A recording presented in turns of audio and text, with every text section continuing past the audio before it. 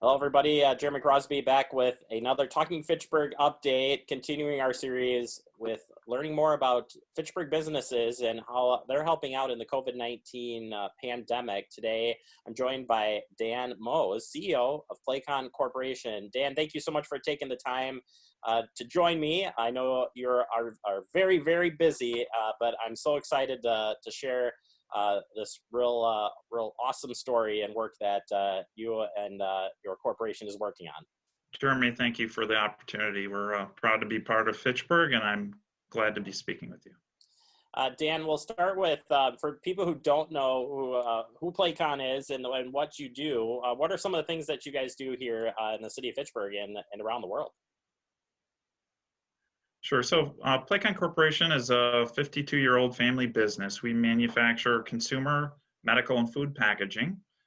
Food and medical are kind of our fastest growing segments. So, we're just right along McKee Road, across from the movie theater. Yeah, I've had a chance to tour the one. I don't know if you want to call it the plant, but the plant there that takes and recycles and converts those pop bottles and whatnot back into the plastic sheet. It's pretty impressive what you guys do there. But let's talk about what you're doing to help out here with the COVID-19 pandemic. Well, Placon's involved with a number of customers that have packaging related and consumer products for COVID and other issues, but specifically we've gotten involved at very large scale in producing face shields, or the components that manufacture and make face shields, the clear plastic lens. So we've been scaling up in the last week and a half, where we're producing over a million five units of face shields a day, or I'm sorry, a week, and we'll be increasing production. So our products are being assembled at large auto manufacturers like Ford Motor Company right now, and they're going out into all across the country, all the states, and being used on the front line with PPE for the first responders, medical professionals. So we've been busy. We've been making tools. We've been scaling up, and it's been a lot of work. Yeah, absolutely. That is an impressive number for how many of those are getting out per week. This started right here in Wisconsin, specifically with a UW connection. Can you talk about how this started up with UW, University of Wisconsin? Yeah, as I understand it, a gentleman named Leon Rogers was a professor at UW, and he was given a call or an email from a UW hospital system saying, hey, we need some help. We don't have enough PPE. Can you manufacture these? So he and a local design firm, I believe the name of the design firm is Delve, did some prototypes and got those out with help of Dell from design and Midwest prototyping. And it just happened to be using a film that we manufacture and do high production volumes. So we started converting our lines. Another gentleman, director of the UW Polymer Engineering, Tim Oswald, connected with us and say, hey, can you guys make these? And we jumped in with both feet and started making tooling. So from that, we put a social media post out talking about our involvement with the program, and we received a lot of interest, phone calls over the weekends, phone calls at night, countless inquiries around the shields. And again, we don't make the finished goods, we make the components. But from that, we have over 10 customers right now. We're shipping. We've shipped over 750,000 units. We're producing higher and higher volume, scaling up in Fitchburg and our Plymouth, Minnesota plant, and also we'll be adding our Elkhart, Indiana plant as well. So it's really scaled quickly, and it's been kind of a rocket ship, really, in terms of the interest and the need. You know, there are individuals out there that are reusing their existing shields or don't even have them. So there's a real need and a desire to be to have this as a form of protection from the droplets in the air, etc.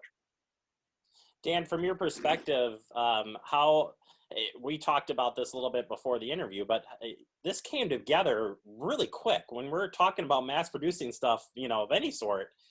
Doing this in a short, a week span is very unusual, but is pretty neat.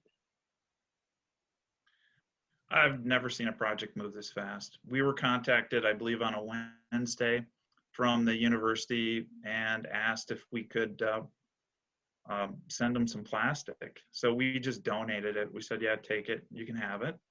And so then that Friday, there was a post, and we linked to the post and said that we were proud to donate some plastic. And then by that Sunday, we were called by Ford Motor Company and a variety of other large customers, and we tooled up in less than a week, and we're operational. So I've never seen a program move this fast. It was not overly complicated. It took tooling, but we could convert our equipment pretty readily. And because of our in-house extrusion and our thermoformers, we were able to repurpose those very, very quickly. While you had people reaching out asking to do this, why is it so important for Placon to get involved and help out in this crisis? I assume it's something that, if you had the opportunity, help out in any way, you would do it. But from your standpoint, it's got to be pretty cool to be able to help out in this time of need. Well, I think it's important for a number of reasons. Number one, there's a need out there, and it needs to be filled. Someone needs to do this. So whether it's face masks, which we don't produce, it's face shields, which we help, or respirators, these things someone needs to make them. So we had the capability and the energy to do it and the skills to take it on. So I think for all of us, this is going to touch all of us in one form or another, a family member in a different state, a neighbor next door, and anything we can do to get out there and get in front of it and be part of the solution is energizing, and it gives us kind of a purpose. So that, along with some of the other packaging that we make that's for food purposes, we do a lot of food packaging.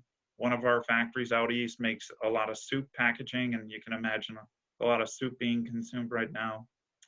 Some of our packages literally protect face masks, so that helps bring the face mask to market. Thermometers, these kind of products. So these are all in high demand right now, and it's important for our whole country to continue to receive these goods in order to fight the virus. Yeah, absolutely. And you took on my last question for the other products that you're working on. So staying busy, the workforce is staying busy. Dan, anything else you want to add to our interview here today? Well, I do want to stress that we're continuing to do our own form of social distancing, both in the plant, deep cleaning. We have measures in between shifts, and want to send out if any of our employees are watching, a sincere thank you. We stay in very close contact with them while we work at home, and we spread out. So we're using best practices to try and flatten the curve, and we're taking temperatures of everyone who walks in.